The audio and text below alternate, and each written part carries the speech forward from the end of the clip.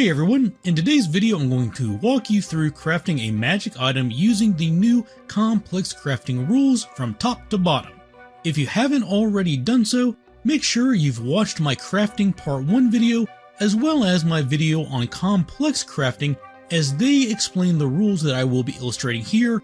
Links to those videos are provided in the description. Bruna the dwarf is 7th level and discovered the formula for a Spellguard shield while adventuring. Once her party returns to town, the GM gives them 2 weeks of downtime, which she decides to spend forging the Spellguard shield. The complex crafting system is a 4-step process. Step 1, you must meet all requirements. Step 2, you set up the project. Step 3, roll a crafting skill check. And Step 4, finish the project by either paying off the remaining value or spending additional days of downtime working on it. So let's walk through this step by step. In Step 1, Bruna must meet all 6 requirements to craft the item. The first requirement is that the item's level may not be higher than the character's level. The Spellguard shield is a 6th level item and Bruna is a 7th level character, so we're good here. The second requirement is the crafter must have the required crafting proficiency rank. As a 6th level item, crafting a Spellguard shield requires trained proficiency. Bruna has master crafting proficiency, so she easily meets this requirement. The third requirement is as a magical item, a character must have the magical crafting feat to craft a Spellguard shield, and Bruna does have this feat. The fourth requirement is you must have the proper tools for the job. Bruna is well regarded in this community and the local blacksmith is allowing her to use their workshop. The fifth requirement is you need to have the item's formula, and Bruna discovered this formula as part of her last adventure's treasure.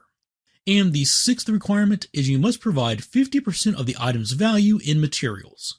The Spellguard shield has a price of 250 gold pieces, so Bruna must provide 125 gold worth of raw materials. There are no special material requirements here, so Bruna's GM allows her to simply pay 125 gold, and she meets this requirement too. With all requirements met, we can move to Step 2, set up the project.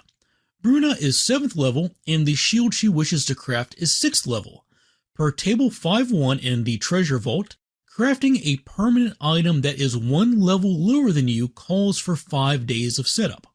She is only expecting to have 2 weeks to complete the project, so Bruna decides to rush the setup and save a little bit of time. Since she has master proficiency, she can reduce the setup time by up to 2 days, but doing so would increase the DC of the check by 10. She decides to only rush by 1 day, which reduces the setup time to 4 days, but with an increase to the DC of the check that she must pass in Step 3 by 5. After these 4 days pass, Bruna moves into Step 3 and must roll her crafting skill check. To set the DC for the check, the GM first uses Table 10.5 from the core rulebook. Spellguard shields are 6th level items, so per Table 10.5, this is a DC 22 skill check. Next, the GM would modify this DC by rarity, but since Spellguard shields are common rarity, this DC is not modified further due to rarity, but for the sake of illustration, if the shield was uncommon rarity, the DC would be increased by 2, and if it was rare, the DC would be increased by 5.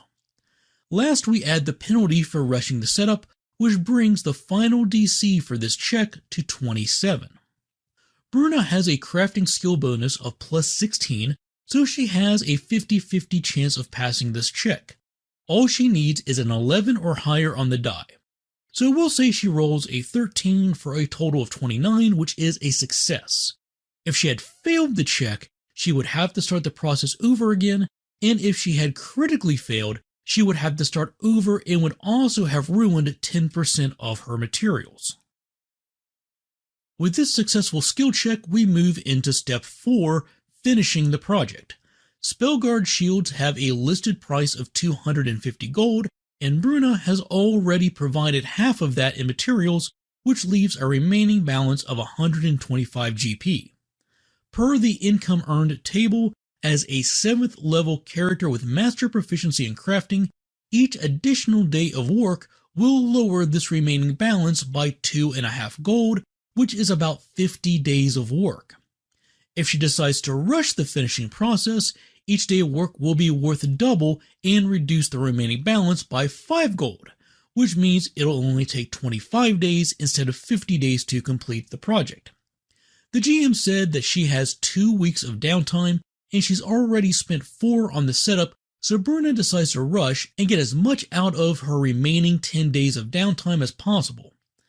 At the end of these 10 days, she has reduced the project's budget by 50 gold, leaving a remaining balance of 75 gold pieces. Since time has run out, Bruna decides to pay the remaining 75 to complete the project. Within the narrative, she and her GM decide that the extra money was spent on a couple assistants, as well as a local wizard who helped with the necessary enchantments to craft the magic shield. And now there's only one thing left to do. Since Bruna decided to rush the finishing of the project, she must roll a flat check to see if the shield has any defects. The DC for this check is 10 plus the item's level minus Bruna's crafting proficiency bonus. As a 7th level character with master proficiency in crafting, that proficiency bonus is 13. So in this case, the DC of the flat check is 10 plus 6 for the item level minus 13 for the proficiency bonus, which gives us a final DC of 3. This is a straight D20 roll with no modifiers, so as long as she rolls a 3 or higher, the shield works properly. If she rolls a 2, which is a failure, the shield develops a special quirk, and if she rolls a 1, which is a critical failure, the GM needs to decide if the shield is ruined or cursed. Although not specified in the rules, it might be best for the GM to roll this in secret just in case the result is a cursed item. Just for fun, we'll say that she rolls a 2 on the D20, and that means that the item has a special quirk. Quirks can be found on page 86 of the Game Mastery Guide.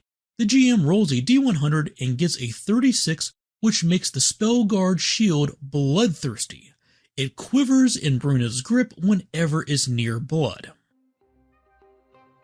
So there you have it, crafting a magic item from start to finish using the new complex crafting rules.